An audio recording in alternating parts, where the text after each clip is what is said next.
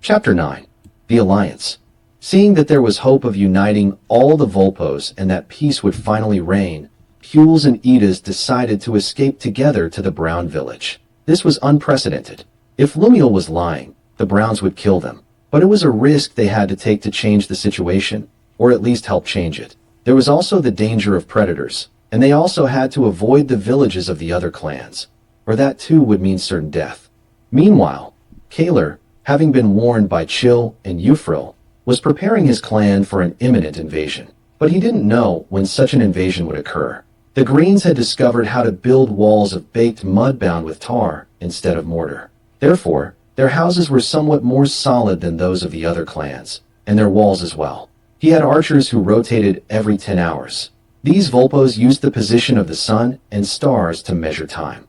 Kaler expected any atrocity from the other clans, or at least, that's what he thought. In front of his village gates stood a group of 6 Vulpos, both red and brown. "We wish to speak with your leader," they said. "I am the leader of this clan. My name is Kaler. Have you come to destroy us, with only 6 of you?" Kaler asked from atop the wall. "No, we only wish to speak," said the Vulpo who seemed the youngest of the group. "Do you want us to surrender without a fight?" The green leader asked again. "No, we only wish for you to join our alliance." "My name is Anchor, leader of the Red clan," one of the Reds replied. "Alliance? I heard the Browns conquered the Reds, and now you serve them," Kaler retorted. "I imagine that's what Euphril and Chill told you, didn't they?" Anchor responded. This surprised Kaler. How could they possibly know exactly what the 2 spirits had told him? I, too, was deceived by them. They feed on the energy produced by feelings like hatred and anger. Through lies, they have made the clans hate each other and fight against one another. Anchor continued. This information was new to Kaler. He had always believed what the 2 spirits said, but sometimes he doubted the truth of their words. "How do I know you aren't the ones lying?" the green leader asked. "You are right to doubt what we tell you. I, too, believed what Chill and Euphril said for many years. I am no longer a puppet of their machinations," Anchor concluded. "If we wish to destroy your clan, it would be easy for us to do so," Eber said, making a sign with his hand. Then troops of both red and brown began to arrive and surrounded the green village from all sides. There were soldiers with spears, bows, crossbows, and large hammers that could easily shatter the village walls. And there were also ecto riders who arrived, hovering in the air on the beating of their wings, some carrying torches and others, crossbows. All of this took about half an hour. All the soldiers of the Green clan saw this, and were terrified. Then Eber signaled with his hand, and the entire army withdrew, causing Kaler and the other Greens to breathe a sigh of relief. "What do you want?" Kaler asked after witnessing that awe-inspiring display of strength. "As we said, we simply wish for you to join our alliance. I know you have much to consider, so we will give you 5 days to think it over," Eber finished. He and the others in his entourage turned and left. Kaler called an emergency meeting with his army leaders and confidants. "Very well. They demonstrated that destroying us would pose no problem for them, and they only asked us to join their alliance. I don't understand. Both Chill and Euphril told me that the other clans were intent on our destruction. Given the evidence, we can't rule out the possibility that Euphril and Chill have been lying to us all this time," as Anchor said, replied Bantar, whom Kaler had appointed as his general. "Our walls and houses are made of baked mud and held together with tar.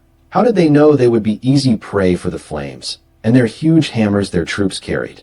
Perhaps we should join their alliance," concluded Escranter, a civilian leader. "Choose to serve them in exchange for them letting us live?" asked another of those present, irately. The debate continued for hours without reaching any conclusion. At the end of the day, Kaler, tired and overwhelmed by its intensity, finally fell asleep. That night, Zariel appeared to him in his green Vulpo form. "Greetings, Lord Kaler," he said, trying to sound formal. "Who are you, my lord?" the green leader asked. "I am Zariel, spirit of creation and happiness. I saw how you met Eber. He is an exceptional young Vulpo, isn't he?" He replied. "So you are the spirit supporting the brown and red clans?" Kaler realized. "That's right. My brothers Chill and Euphril have sown war, division, and hatred among the clans for their dark purposes," Zariel explained. "And may I ask what your purpose is, Lord Zariel?" Kaler asked skeptically. "I'm glad you asked, Lord Kaler. My goal is for all Vulpos, regardless of their clans, To live in peace as part of a single nation, on equal footing, Zariel replied. But that's impossible, the green leader retorted. Is it? Zariel asked rhetorically. You can't classify something as impossible simply because it hasn't been attempted before. For example, did you see the brown Vulpos riding Ectos? Zariel asked Kaler directly. Yes, I've never seen anything like it. How did they tame them? Kaler asked, intrigued. They didn't tame them. They befriended them, and they established a bond with them by giving them names. I understand, Kaler said, then remembering his village surrounded by Eber's armies. From now on, I will resign my service to Yufril and Chill and give it to you, Lord Zariel. The Green Clan leader finished. Even if they will serve the Brown Clan is better than being destroyed. Please don't confuse me with Yufril and Chill. I'm not looking for slaves or servants. I'm looking for friends. But you are about to wake up. We'll talk later, said Zariel, and then Kaler opened his eyes. When Kaler awoke, he already knew what he had to do. He gathered his advisors and gave them the news. They were astonished. A few days later, Eber and his entourage arrived. Zariel had already indicated that there was no problem.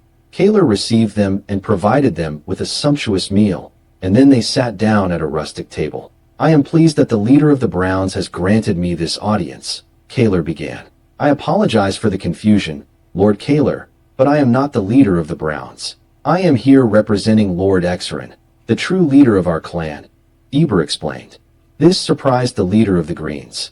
How could this young Vulpo who commanded entire armies not be the true leader of the Browns? Don't worry, Lord Kaler. The same thing happened to me, Anchor interjected, smiling. But Mr.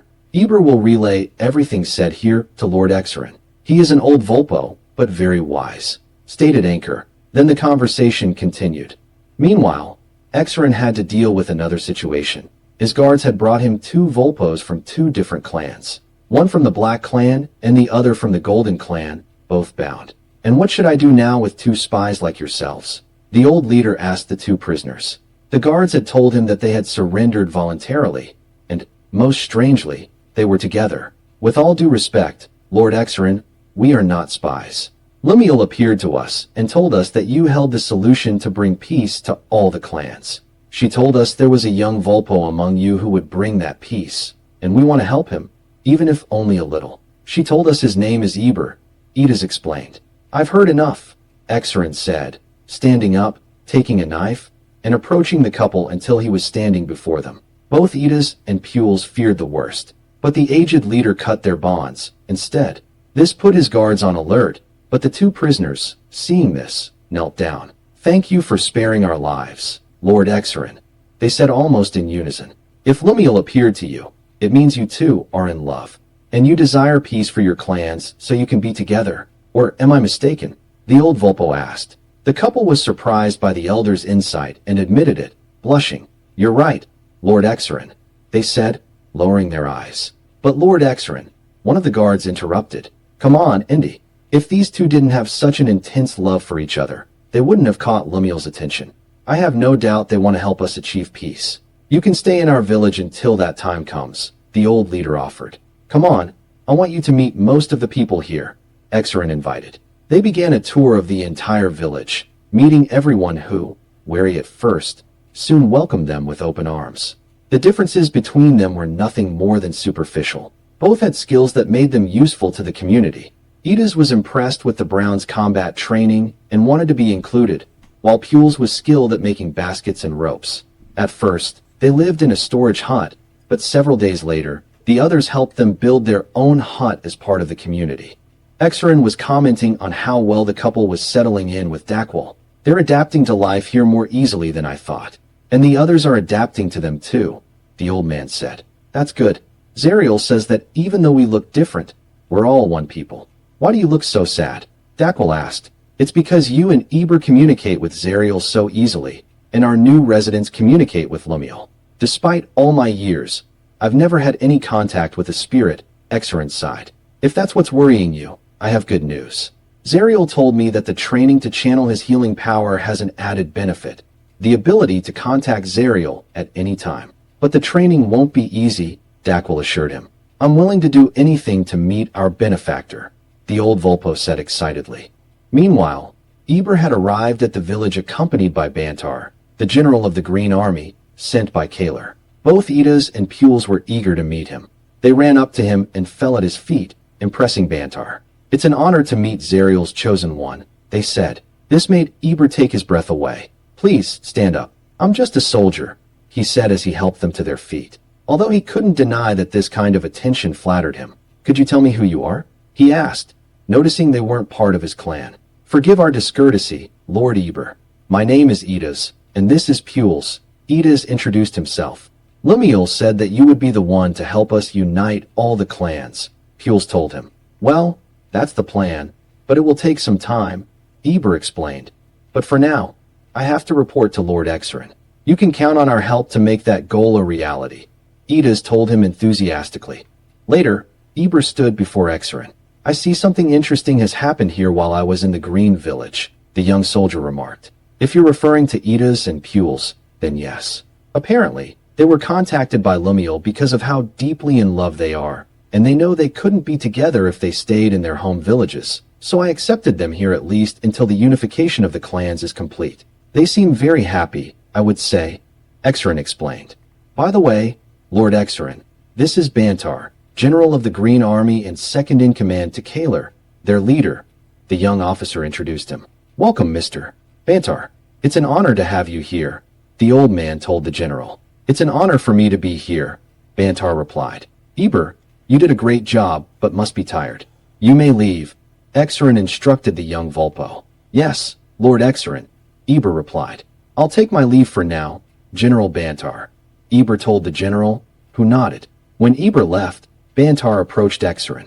At his young age, he commands armies, and there's something about him that makes me want to follow him into battle, the Green General remarked. "I've been observing him since he was a child, and I believe he has a gift for leadership," Exerin replied. "That's rare among our people, but it would explain a great deal about him." The Black Vulpo and the Gold Vulpo called him Zariel's chosen one. "Interesting," Bantar said. "I think they're right, but I didn't want Eber to find out this way. I don't want it to go to his head," the old leader replied. "Oh, I don't think you should worry about that." He helped them up and told them he was just a soldier. Despite all his skills and achievements, he still retains his humility. The general stated, when Kaler, who like all of us still believed Chill and Yufril's lies, said that you only wanted our destruction, he simply made a sign with his hand, and his army came from all directions and surrounded our village, north, south, east, and west. And the Ecto Riders appeared in the air. We were nearly scared to death, thinking it was the end for us. But Lord Eber made a sign with his hand, and they all retreated. Then he said, "If we wanted to destroy you, it would be easy for we to do it," or something like that. The point is that we had no choice but to listen to what he had to say. He was willing to enter our village with only 6 companions, but he warned us that if his army didn't hear from him within 2 hours, they would return to raise our village, with us inside. And he said it with a calmness that made us tremble with terror. As the 2-hour deadline approached, he sent a messenger to the army telling them not to act. Bantar explained, amazed.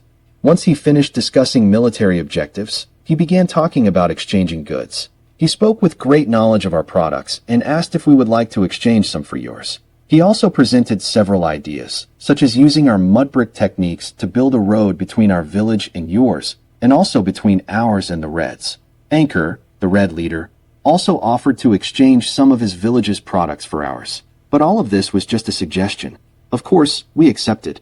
The mutual benefit was undeniable, Bantar concluded, who was beginning to develop an admiration for the young, brown-skinned Vulpo. Exerin was so proud of his young subordinate's accomplishments. He knew that the village and the newfound unity among all the Vulpos were in good hands once he succumbed to death. This was the beginning of a bright future for his race. "Well, General Bantar, would you like to see our troops practicing?" Exerin asked, piquing the general's interest.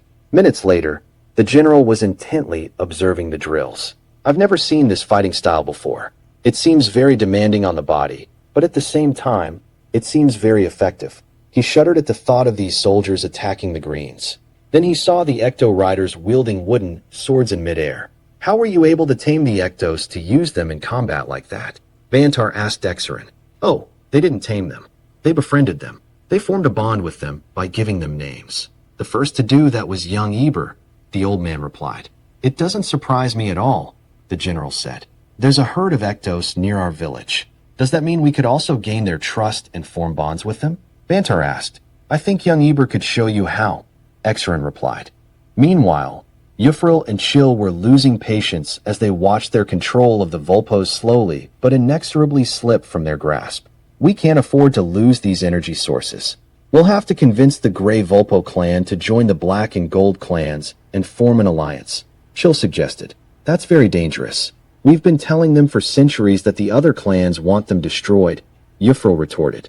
We can tell them that even though they're enemies, they can unite to prevent the destruction of all three clans. Then we can divide them again. Despite their millions of years of existence, both Chill and Yufril were always only thinking about short-term gains. Yufril and Chill began to execute their plan. Yufril appeared before Dextrin, leader of the Gold clan.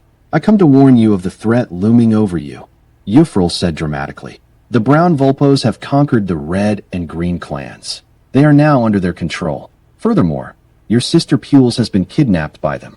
What can we do, my lord? Dextrin asked, alarmed and worried about his missing sister. You must ally yourself with your former enemies, the Grey and Black clans. It is the only way for everyone to survive, Yufril said, trying to sound urgent. Now I take my leave. With that, the Gold leader awoke. The first thing he did was summon his advisors. Yufril appeared to me. He says the Brown clan has conquered the Red and Green clans. They will use them to conquer the other clans so they can achieve supremacy, the Golden leader announced. I don't understand.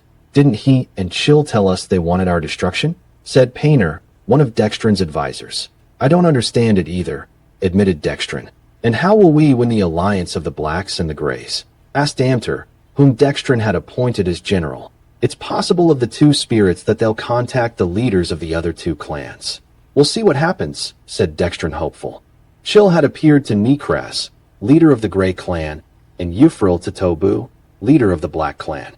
Tobu was worried because of the disappearance of Edis, his younger brother.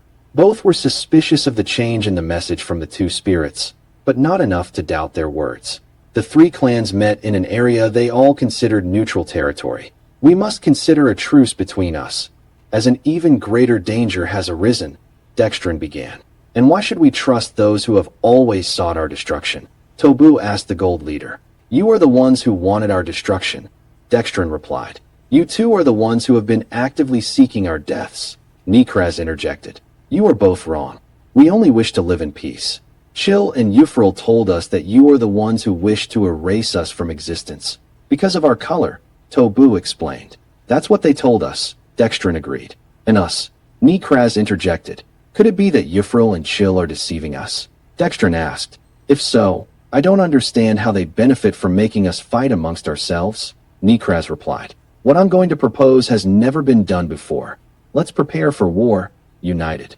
But we will send messengers to the Brown clan before hostilities begin. I want to know why they've done this. They might kill the messengers or torture them to extract information about us. So I will be one of those messengers. I will name a successor in case I don't return. He will lead our clan. Said Nikras, that's an excellent idea. I second it. And I too will be a messenger for my people. Tobu agreed. Very well. As leader, I too will be a messenger for my clan, and if it costs me my life, so be it. Added Dextrin, leader of the Golden clan. Having made that decision, each of the leaders named a possible successor who would lead their clan should they perish or get captured. The three prepared to travel light, carrying only a bag of essential items on their backs.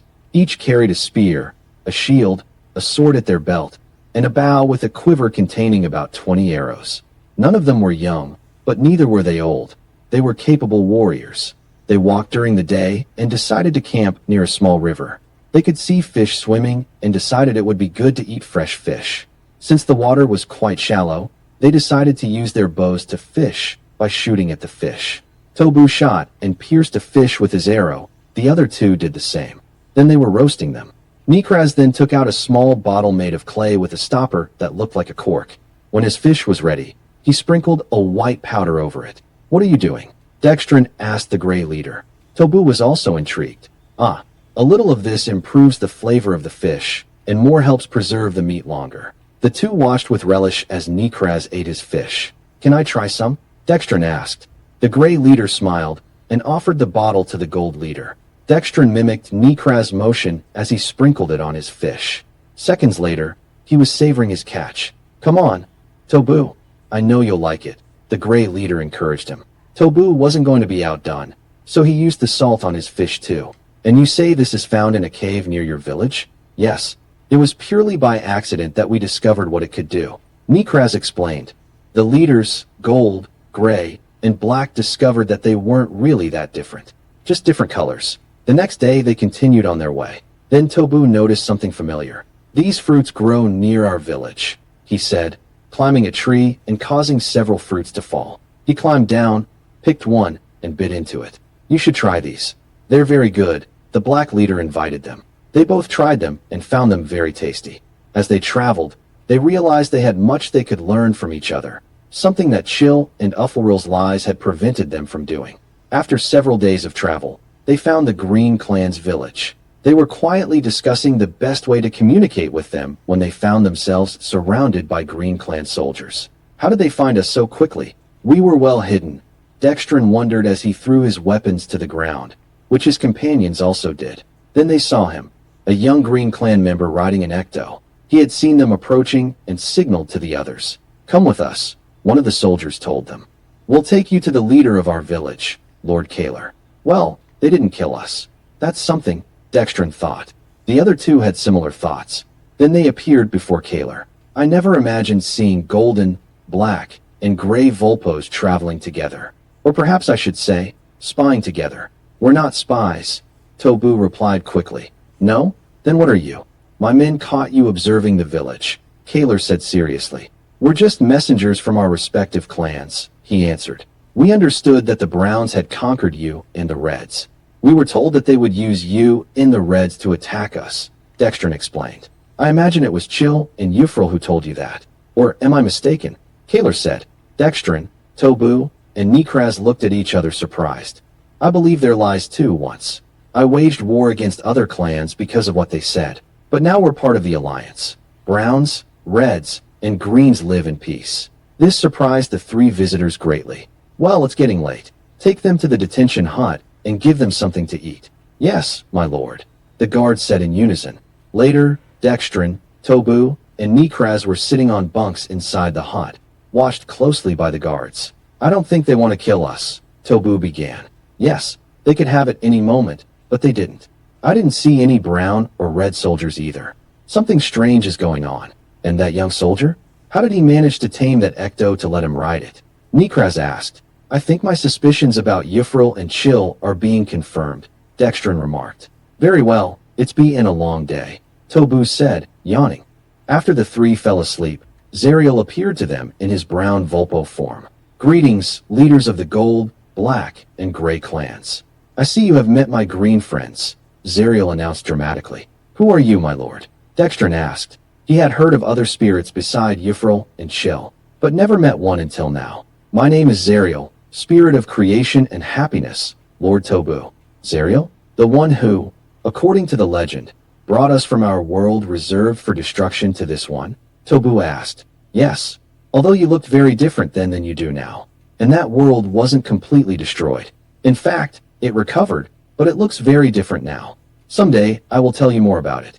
Zariel answered with his typical smile. "What do you wish of us, Lord Zariel?" "I only wish that you meet my other friends, the Browns and the Reds," Zariel replied. "Would it be too much to ask if I had a question?" Tobu asked. "Very well, ask away," Zariel replied. "We've come to the conclusion that Chill and Euphril are behind the enmity between all the Vulpos. Why are they doing this?" Nikraz asked. "Excellent question. Spirits like Chill, Euphril, and I don't feed like you do. We feed on energy. In Chill's case, it's the energy produced by feelings of hatred.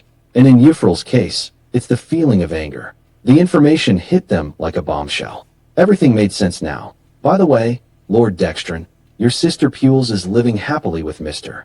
Ida's in the village of the Browns." "Pules?" Dextrin repeated, incredulous. "Living with Ida's?" Tobu asked, equally disbelieving. "It's quite simple, but I'll let my sister Lumiel answer that question," Zariel said as Lumiel, in her beautiful female Vulpo form, appeared before them. "Hello, my name is Lumiel, spirit of love." It turns out that Idas and Pules had been seeing each other in secret for a long time. I told them they would be welcomed among the Browns. So they decided to take the risk and travel to that village. They didn't know if I was telling the truth, but the love they felt for each other was stronger than the distrust they felt toward me, Lumiel explained. I always wondered why my brother always ignored the advances of the females in our clan. Now I understand, Tobu commented. The same thing happened with my sister. It all makes sense now, Dextrin replied. I recommend you visit my friends the Browns. There's a young Vulpo there named Eber. I'd like you to meet him. We will, but first we must return to our clans, which are ready for war, and tell them everything we have learned, Nikraz replied. No problem. I can create a portal that will transport you there instantly, to avoid an unnecessary war. I will make it appear after you have breakfast, Zariel promised. Then the three awoke. When they gathered to eat the breakfast that Kaler had provided, they told him about their conversation with the spirit. He already knew. As they left the dining room, a portal appeared before them. It looked strange. They could see a familiar landscape inside of it. The three leaders mustered their courage, and in a leap of faith, Tobu entered, followed by the other two chiefs. As they passed through, they felt a tingling sensation throughout their bodies. So, this is what it feels like to go through a portal, Dextrin murmured.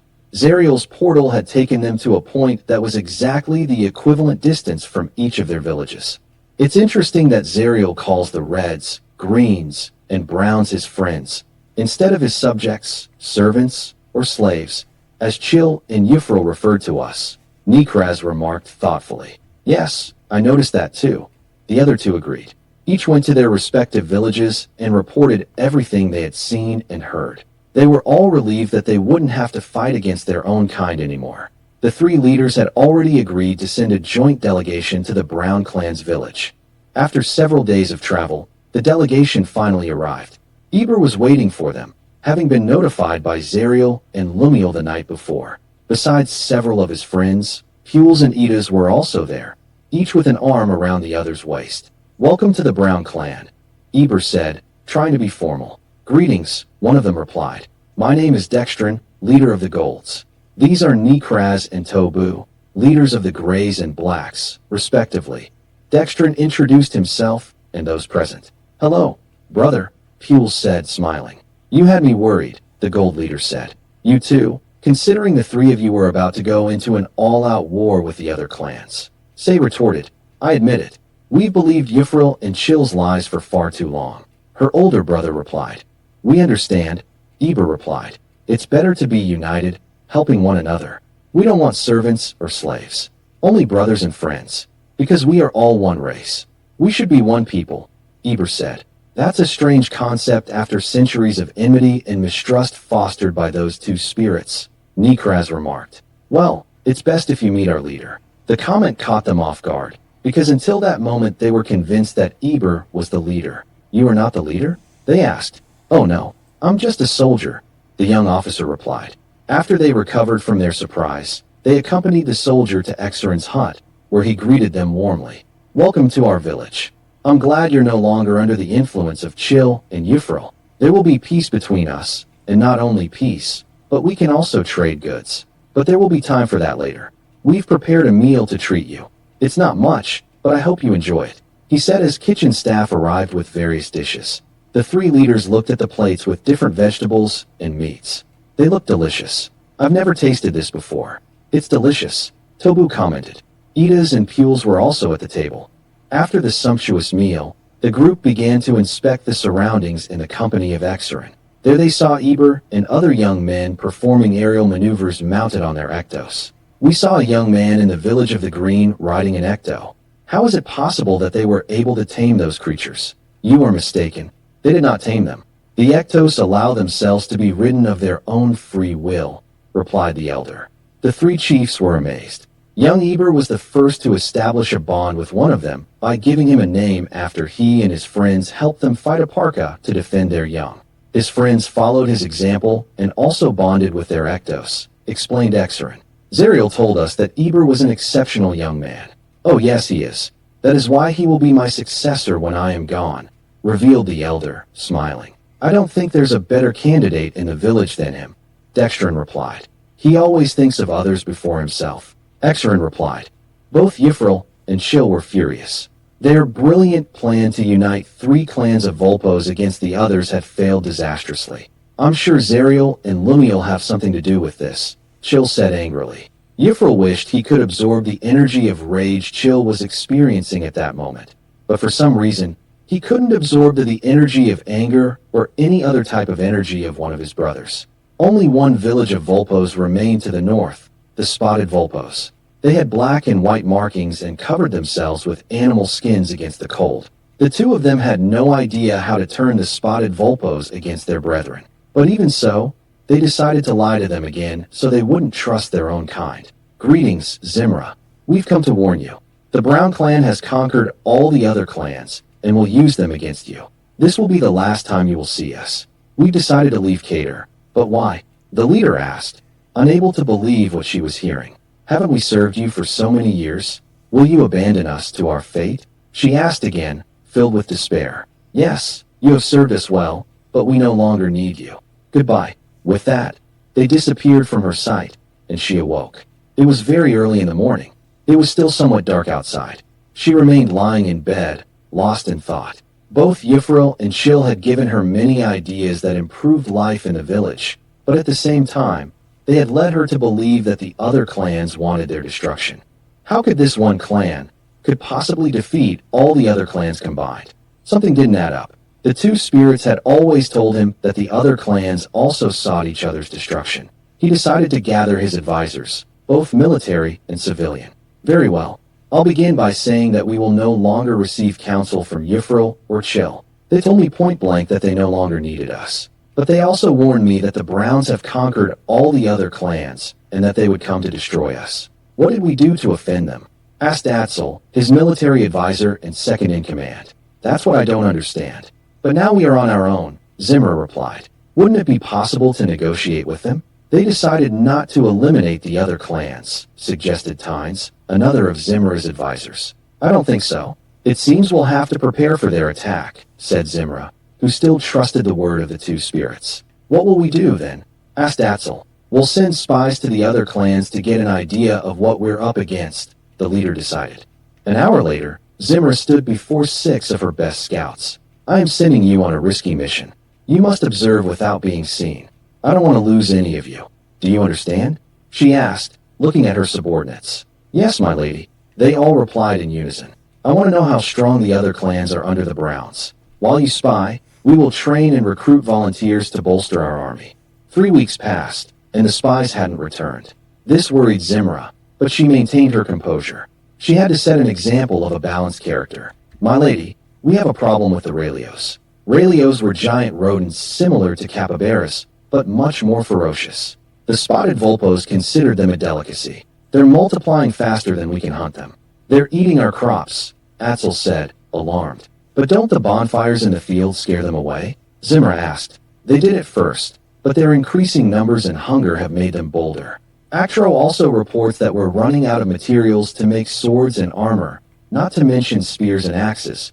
Atzel concluded her report. Chill and Yifril couldn't have chosen a worse time to abandon us, the leader lamented. Well, if they were only helping us because they needed us, it was better that they left. We'll figure this out somehow. The leader said this even though she felt her resolve wavering. Every single one of the spies sent by Zimra was easily captured in the various villages. They were all brought before Exerin and Eber. When the young man saw them all bound, he took a knife and walked toward them. The 6 feared the worst. But Eber simply cut their bonds and gave a disapproving look to the soldiers from different clans who had brought them. This made them all uncomfortable. They are not yet part of our alliance, but they are also our brothers, the commander told them. I am sorry you received this treatment. Eber apologized to the prisoners. The 6 spies had expected anything but this. I understand you have many questions, Exerin said. Please sit down, he said, gesturing to a nearby table. They looked at the armed guards from different clans and decided to sit and listen to what the old leader had to say. 15 or 20 minutes later, they were still speechless with astonishment. In that short span of time, everything they had believed their entire lives crumbled, but they still had doubts. I know this is too much to take in at once, but it's the truth, Exerin told them. We will set you free. I want you to inform your leader of everything you have seen and heard here and in the other villages. We will send representatives to your village soon. We wish for you to join our alliance, but we will not force you. However, you should consider the benefits, such as emergency assistance and the exchange of goods, and not to mention peace, the old man explained. 5 of the failed spies returned to their village. It took them several days to arrive, but they finally reported to Zimra. Very well. Tell me, she said. What Yifril and Chill said was a lie. Miriam said as the others nodded in approval. How is that possible? The leader asked incredulously. Yes, actually, the Browns formed an alliance that included all the other clans. We were all captured because the clans allied themselves with the Ectos, who allow them to ride on their backs in exchange for food, defense, and shelter. At first, we thought they had tamed them like wild beasts, but apparently the Ectos are as intelligent as we are. They can communicate with their riders through a bond they create by giving them a name. The soldier explained. You say they formed an alliance that includes all the other clans? They told me they would send messengers here in 2 weeks. They asked Tuscan to stay behind to guide them here. They seemed very interested in us joining their alliance. All of this left Zimra stunned. Centuries of hostility between the Vulpos eliminated so easily? It's been over a week already, so they'll arrive in 3 days. Their leader is an old man named Exerin, but there's a young Vulpo named Eber who has apparently accomplished a great deal in his short life. Exerin told me he hopes Eber will succeed him as leader, the impromptu spy explained. Zimra called an emergency meeting of his advisors with his informants. Could this be a trap they've set to lull us into a false sense of security? Atzel asked. Could it be that Yifril and Chill were somehow profiting from the discord among all the clans? That's exactly what Eber told us. He claims to be in contact with a spirit named Zariel. He says that Yifril feeds on the energy of anger, and Chill feeds on the energy of hatred, while Zariel feeds on the energy of happiness, said Zayla, a female Vulpo who had been part of the spy group. All this new information overwhelmed Zimra. How could we have been so stupid? She thought, but she still had to be careful. They could deceive them to take advantage of them. He would have to see what these messengers had to say. She had never heard of this Zariel. Another trickster spirit, like Yifril and Chill? We shall see, Zimra muttered to herself. That night, Zariel appeared to Zimra in her dreams. Greetings, Zimra, leader of the spotted Vulpos. What, have you come to deceive me like your 2 brothers did? She asked, looking at him skeptically. I understand you don't trust me. You've never met me before, and my 2 little brothers only took advantage of you, Zariel said, understanding her situation. But my friends the Brown Vulpos and the other clans can help you with the problem you have with the Aurelios. And they also bring gifts as a sign of goodwill. I only ask that you listen to what they have to say, and if you don't want their help, they will simply leave. But it's better for all the Vulpos to be united to help each other than to be divided, the spirit explained. Zimra couldn't deny that what Zariel was saying made much more sense than anything Yifril and Chill had ever told her. But even so, she didn't trust him. The visitors arrived the following days. They were Eber and Krax, plus 2 representatives from each clan. They arrived with carts filled with crates, and other carts with various goods that, if negotiations went well, they could trade with the spotted clan. Greetings, Lady Zimra, said Eber, bowing as Zariel had instructed him. We bring gifts as a token of friendship, Eber said, taking a small but elongated box and offering it to the spotted leader. She moved the latch and opened the box, revealing a beautiful sword inside. Interesting, she said, taking it by the hilt and placing the box in the cart. She took 2 steps and swung the sword, slicing through the air. It was the finest sword she had ever used. She was very impressed, but feigned indifference. Other crates contained shields, crossbows, longbows, crossbow bolts, and arrows. They also had crates of food. They all entered the main cabin, which also served as a conference room. Very well, Mr. Eber, don't expect those gifts to be enough to buy our surrender, Zimra said defiantly. We're not here to force you into anything. We simply wish for you to join our alliance. All members of the alliance are free to leave whenever they want, but they know it's far more beneficial to stay. Not only will we defend ourselves better together than separately, but each clan can trade whatever they have in excess. And any discovery made by one clan can benefit us all, like your Aurelios. I've heard their meat is delicious. You can hunt them and trade them for goods the other clans have, Eber explained. You can give me 3 days to think about it. You can stay in the village in the meantime, the spotted leader said. The people of Zimra were grateful for the food the visitors brought. Even though they could eat the Aurelios, They needed a balanced diet. While she pondered her decision, she decided to lead a group to kill as many Raelios as possible. Then Eber offered his help and that of his companions. The leader of the Pintos witnessed the effectiveness of the crossbows and longbows. The crossbows were slow but accurate, and the bolts penetrated the rodents' bodies with ease. In fact, the bolts passed cleanly through their bodies and emerged on the other side. This was significant considering that crossbows were originally developed to pierce armor. The longbows, while not as accurate as crossbows, could be fired from a greater distance. They managed to kill more than 40 of the rodents, and the rest fled. Back in the village, the spotted Vulpos kept half of the Raelios. At the end of Zimria's 3 days, after witnessing his former enemies interacting with his people, she made her decision. Very well, Lord Eber, you have convinced me. We will join your alliance, but we will leave it if we discover that you are taking advantage of us in any way. All the members of his clan erupted in cheers at his decision. They all approved. She gave Ebe the title Lord as a sign of respect, even if he wasn't a clan leader yet. All clans are free to leave the alliance whenever they wish. It has been that way from the beginning. But now, we would like your permission to build a road from the Green Village to here, which would facilitate communication between the clans, Eber said. Wait a minute, Zimmer interrupted. Are you telling me you were so sure I would accept that you already had plans to build a road? The Zimmer asked. Actually, no, but I trusted that you were an intelligent leader who cares about the well-being of your people. Zimmer was taken aback. Who was this Eber, so wise despite his young age? She wondered.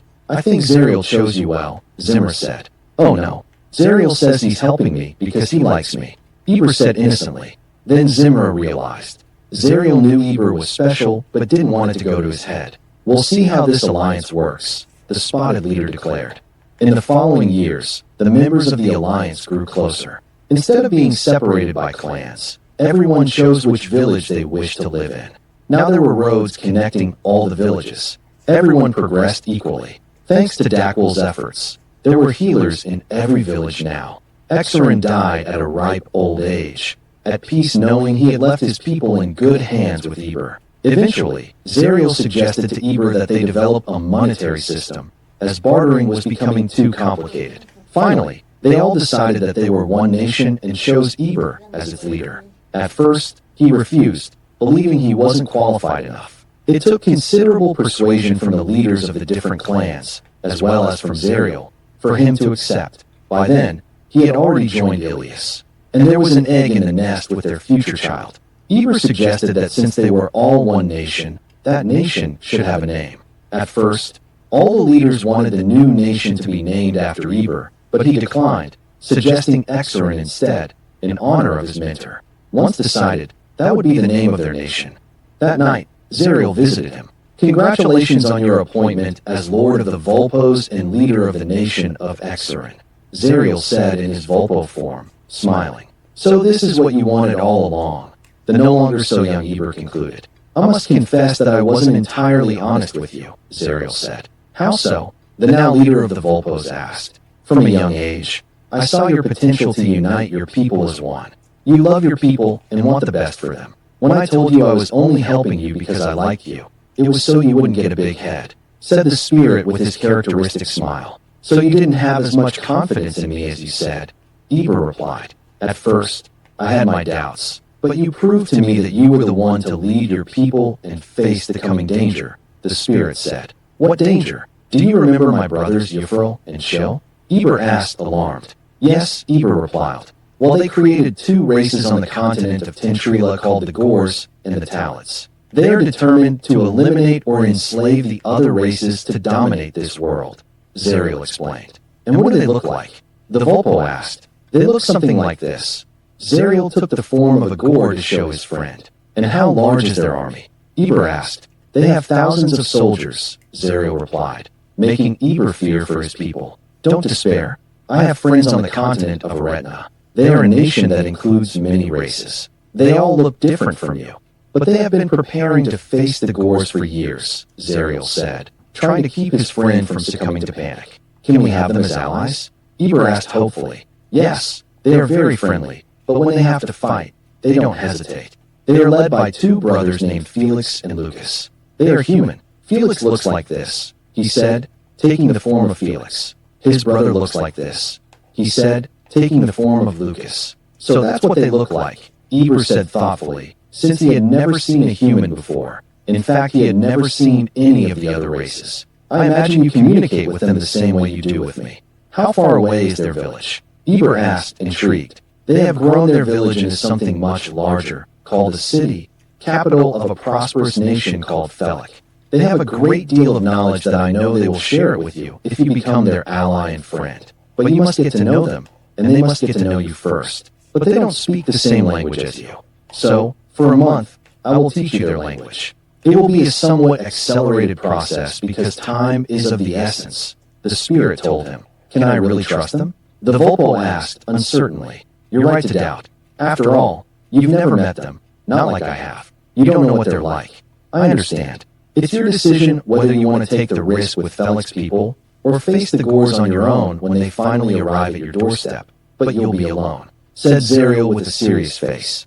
They'll eventually come, Zariel declared. Very well, but only I and a few of my people will I risk going there. If you can teach me their language in a month, I'll do it, Eber said with resolve. Although he was curious to meet these people, Zariel spoke of them almost with pride. The month passed with Eber learning new words in the common tongue of Zul, their meanings, and how to use them. This new training was more intense than the one Lumiel had put them through to train him for combat, so he woke up with a headache every day. At that moment, Eber had visions of the route to Felek. The Ectos will have no problem taking you there. It will take 5 days by air, but there are several islands along the way where you can rest and feed. In the meantime, I will inform them of your arrival. You are about to awaken. Zariel ended the conversation this way. The next few days were filled with preparations for the journey. They would have to travel light, and possibly hunt animals and gather some fruit to continue their journey. Zariel had contacted the other leaders to inform them of the situation. Eber decided to bring the leaders of all the clans to form the entourage. Uncertainty filled everyone's minds. Who were these potential allies? The Vulpos had never seen a member of the other races. But before that, they would have to be cautious because there might be predators flying along the way.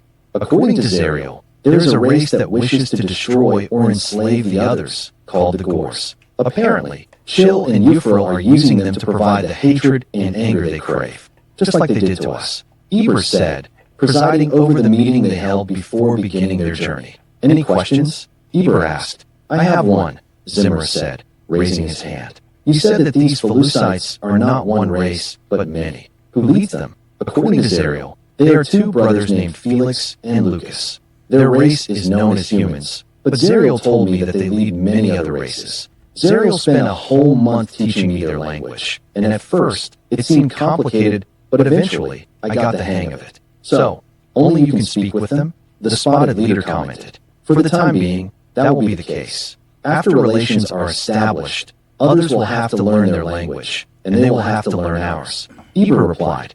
The day they would embark on their journey arrived. Eber, Ilias, Zimra, Tobu, Nekras, Dextrum, Kaler, and Anchor were each accompanied by a bodyguard, mounted on their own Ectos. They carried swords, leather breastplates, and small shields on their backs, and crossbows. They traveled light, yet prepared for any eventuality. All the Ectos took flight as many had gathered to see them off. Everyone, including Eber, had left instructions that if they did not return, their second-in-command would take their place. Continue on Episode 10.